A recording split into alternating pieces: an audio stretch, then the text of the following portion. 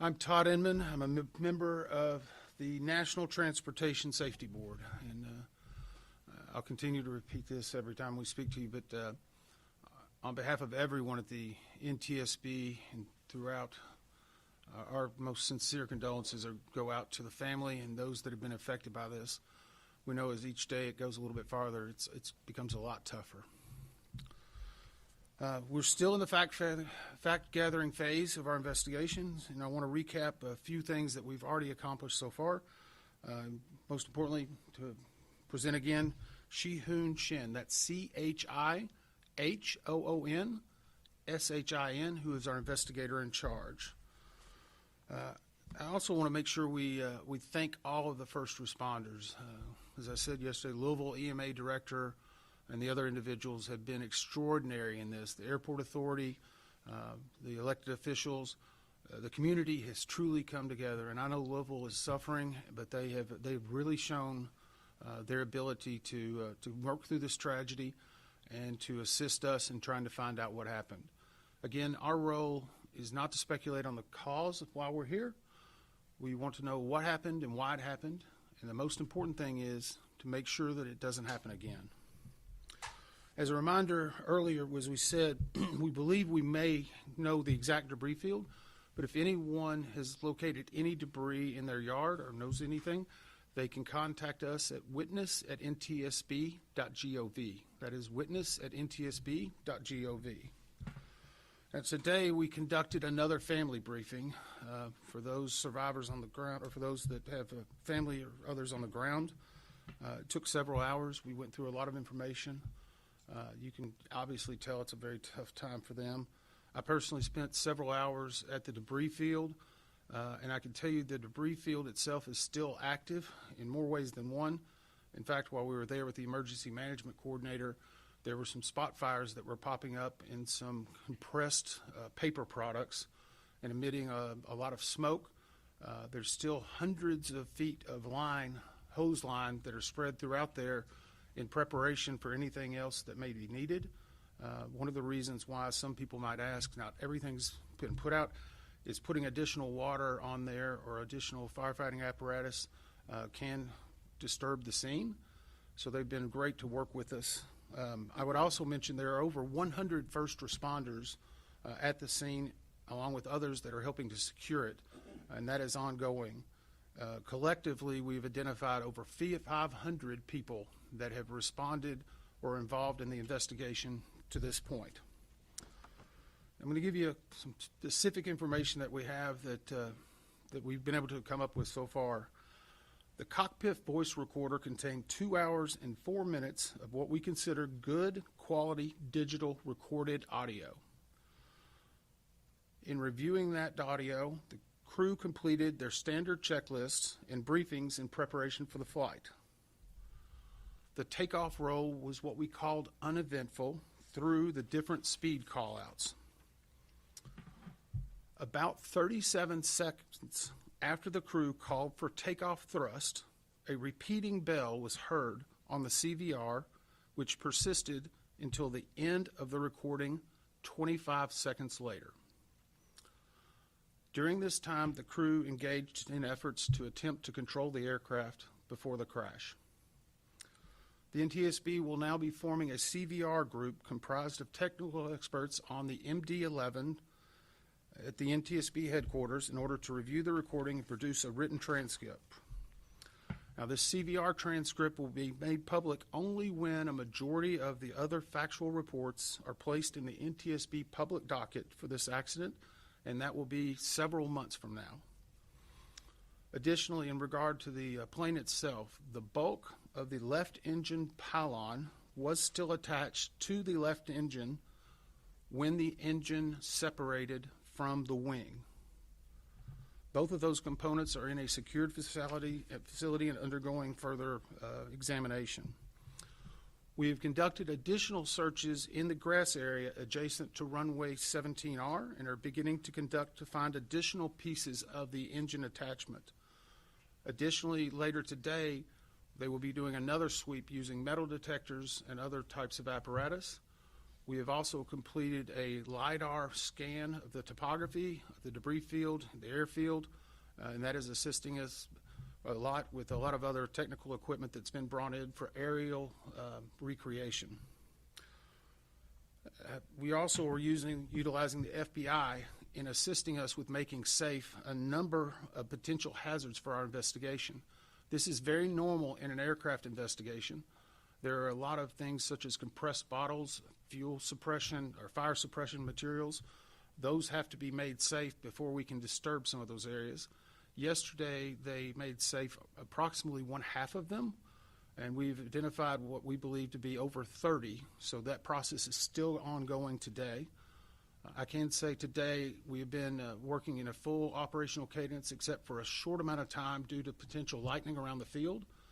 The safety of everyone at the location and working on this accident is paramount. But even with that work going on, we still understand the importance of the recovery of those who are still missing, and we are making sure that we are identifying any areas that may have potential victims and making sure that we're trying to prioritize so that the coroner and the medical examiner can obviously do their work. As you may have seen, or you may not have seen, but we actually sent a tweet out about the last 30 minutes, and so I want to make sure we read that for you so you know. During yesterday's media briefing, the preliminary information we reported was that the FAA ADSB data indicated a GPS altitude of 475 feet. When considering how FAA ADSB data is reported, this equates to approximately 100 feet above ground level. This is what we consider to be the most accurate, but I will also say we're corroborating that with the data from the flight data recorder, which is still being validated and will take several days to be validated. Now, I am going to let you know this will be our final on-scene briefing for the media. We will continue to have team members here working on not only the investigation, but the additional work that needs to be done. We will be providing additional media updates through our press releases and investigative updates through our headquarters in Washington. This is a normal practice for us. It's an ability to make sure that we are prioritizing all the resources in the appropriate place. So with that, we'll try to take some questions. None? Yes, ma'am. Of WJLA News. Some residents are concerned about oil and black sludge in the waterways around the crash site. What is the NTSB doing about those issues? So the question is regarding the environmental concerns around the site. The NTSB does not investigate the environmental concerns around there, nor is it responsible for upkeeping it. I do know that the Kentucky Division of Water, the EPA, and other people are on site. They are actively working on that. They are cognizant.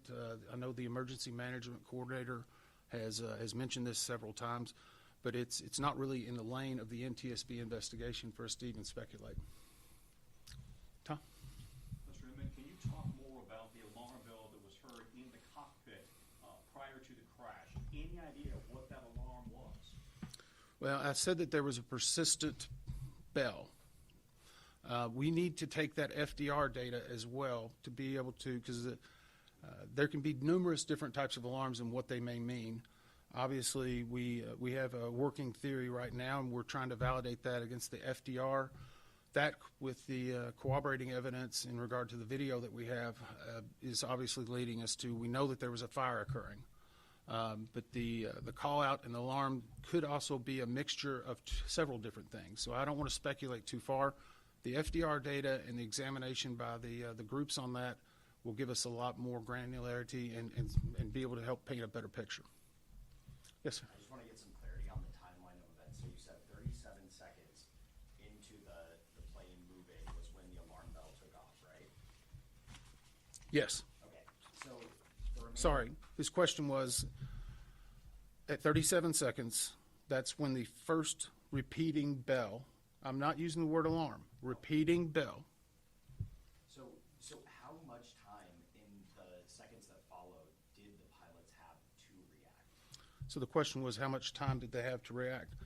Well, again, the recording lasted until 25 seconds after the initial persistent bells. That was the end of the recording. We believe that right now that the end of the recording was the final point of impact. But you also have to remember we need to go back and look at FDR data, which could have some other factors. There's over 400 data sets in the flight data recorder, which will tell us additional information. Obviously, these have some power supply redundancies, but at some point, there's just no other information to feed into it. So we provide that just to give you a timeline, but it is not the exact framing of when the accident occurred and how it occurred. Yes, sir. Conrad Deluge, WHAS 11 here in Louisville. Asking specifically about how your investigation moving forward is going to look over the coming days and weeks, especially thinking about the debris field that is over Grade Lane. Yeah, the question was about the continuation of the investigation, Grade Lane in that area. Again, we know that later today or tomorrow there will be heavy equipment. In aviation crashes, there are what are called salvers, aviation salvers. They're highly specialized in working accident scenes because they know exactly what can be picked up without damaging it and how to do that. And they have some specific equipment needs. Those are being brought in. They were en route. Surveys were done 2 days ago to make sure we had the right equipment. Once those come in, those will actually enable us to lift and move more things, and that will help along with the investigation itself.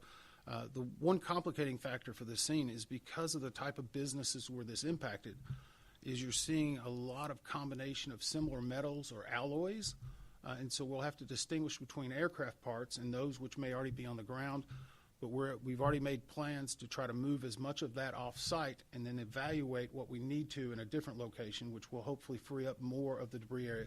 We're cognizant of the disruptions of a lot of the businesses around there and the fact that people need to go back in and check on their property and be able to find and look for some of their lost items as well. Yes, sir. Has anything about this investigation been atypical compared to past investigations? So the question is anything about this investigation been atypical versus past NTSB investigations? I would say every investigation is completely unique, and we walk into it from the very first step saying we have no premise. All we can do is take the facts that are presented to us, analyze them, and then validate and try to come out with the best investigative report. So the NTSB's done 150,000 aircraft investigations in its history. We have a very good process. We have a lot of great experts. We're being supported by a lot of subject matter experts, but every one of them is completely different. So, I've seen where they I'll call on you. Yes, sir? Jonathan Gregg, Spectrum News. Any additional information in the last 24 hours about the MD-11 aircraft when it was in San Antonio? Anything that you've learned additionally about that time spent there for maintenance? So the question was about the MD-11 whenever it was in San Antonio. We, as I said, or I didn't say, I'm sorry, it was in for what we call a heavy check. That is something that is used in every airline, which UPS is an airline itself, uses different terminology, but it is considered a heavy check. We've actually dispatched additional people to retrieve some records. The FAA has assisted us in doing that, and the good thing is they have a monitoring system on any of type of those repair facilities. So we feel that we're going to get all the information we need, but it's going to be a lot of information, and so it's going to take a long time to go through and sort through everything that was done while we make sure we're focusing in the right areas. Yes, ma'am. Alexis Matthews, WJLA. Now that you have been at the crash site, do you anticipate needing to be here longer than the week or a little bit more than you anticipated, or are you still in that time frame? So the question was, at the crash site, do we anticipate being here for another week? We will be here as long as it takes. Some of us may transfer out because we're better using the resources to bring in other people. But I can tell you this much, we're not going to leave until we know that we've secured all of the perishable evidence and all the information that will be necessary to come out with the most comprehensive investigative report. We will do it as quickly as we can, and with respect to those people who still have family members that have not been found. So we understand that. We balance that. We also have to monitor fatigue for a lot of people, so we may rotate through some people. And I know one of the other things that happens is it's sometimes helpful, new sets of eyes open up different opportunities for us. So the good thing is we have a good cadence, and we're working on that cadence to make sure we're doing as efficiently as possible, but more importantly, making sure we're doing everything that's necessary. Anybody else? Yes, sir. Yeah, Jonathan again from Spectrum News. And going off of that,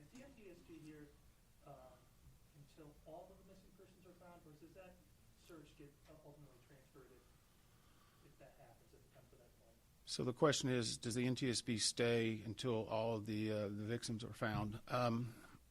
Our role is not the victim recovery. That is being handled by the local authorities. They're doing an excellent job with everything they can. Our job is to collect the perishable evidence associated with this aviation crash, find out what happened, why it happened, and to prevent it from the future. That's probably it. Any other questions? Yes, sir. Anything else you can tell us? We're going to do two more, by the way. That's going to be it. Any other details you can share about your findings surrounding the left engine, the age, the service record, anything else? Anything else about the left engine? Other than the physical characteristics I said that we have recovered and the other parts that we're looking for, there's not anything specifically more that we can share. I do know that the job cards, which take care of the instructions of how things are done and in what stood up in order, those have been given to us. So our people are looking at it. And I can also indicate we've requested from UPS an exemplary aircraft. And this would be an aircraft that they currently have in their fleet that have the same type of engines. They've been more than willing to provide one so that our inspectors can go and look at similar ones that are with the exact same type of configurations. And I believe today or tomorrow some of our operations team are actually going to be in the simulators for the ND11 that are here on site, which is very helpful. And they can look at the cockpit configuration to be able to run some scenarios that they need to come up with that. One more question.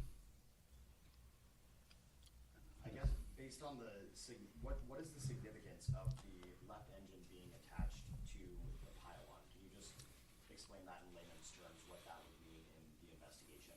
The question is in regard to the left engine being attached to the pylon. With the video evidence that we have and what we've been able to see, we know that that area needs to be an area of focus.